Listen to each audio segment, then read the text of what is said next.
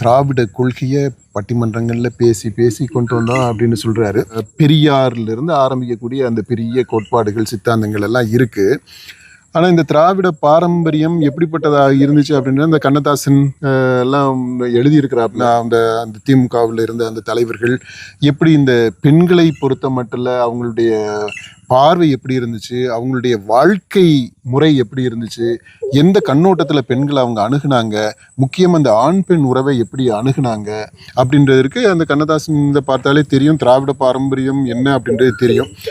இந்த மாதிரி ஒரு அதாவது ஒரு சித்தாந்தத்தை முன்னிறுத்துவதற்கு, பரவலாக்குவதற்கு, மக்களிடம் கொண்டு சேர்ப்பதற்கு நம்ம பயன்படுத்தக்கூடிய வழிமுறைகள் இருக்குது இல்லையா, அந்த வழிமுறை ரொம்ப முக்கியம்னு நினைக்கிறேன். அந்த வழிமுறைகளில் நேர்மை இல்லாத சமயத்தில், அதில் ஒரு ஒழுக்கம் இல்லாமல் ஆபாசமாக பேசி ஆபாசத்திற்கு எதிரான கருத்தை நீங்கள் எப்படி கொண்டு போய் சேர்க்க முடியும்? இந்த ஆபாசம் சொல்கிறதே என்ன ஆயிடுதுன்னா, பெண்ணை சிறுமைப்படுத்தக்கூடியதாக இருக்குது.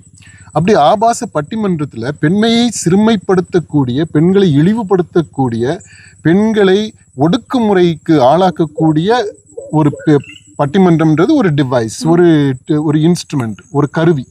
அந்த கருவியை, அந்த ஆயுதத்தை பயன்படுத்தி ஆண் பெண் சமத்துவம் அப்படின்ற கருத்தை நீ எப்படி சொல்ல முடியும்?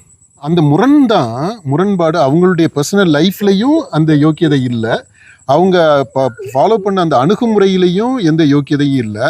ஆனால் சொல்ல வர்ற கருத்து ரொம்ப யோக்கியமான கருத்து. அப்படிங்கும்போது எங்கே போய் நிற்குது அப்படின்னு பார்த்தா, இன்னைக்கு ஒரு டாக்டர் பட்டம் பெற்ற அமைச்சர் பொன்முடி அவ்வளவு பப்ளிக்கில் ஒரு கேவலமான ஒரு ஜோக்காக சொல்கிறது மாதிரி போய் நிற்குது.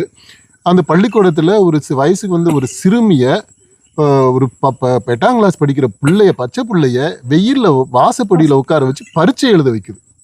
இந்த இடத்துல கொண்டு வந்து நிறுத்தியிருக்கு இந்த திராவிட ஒழுக்கம்.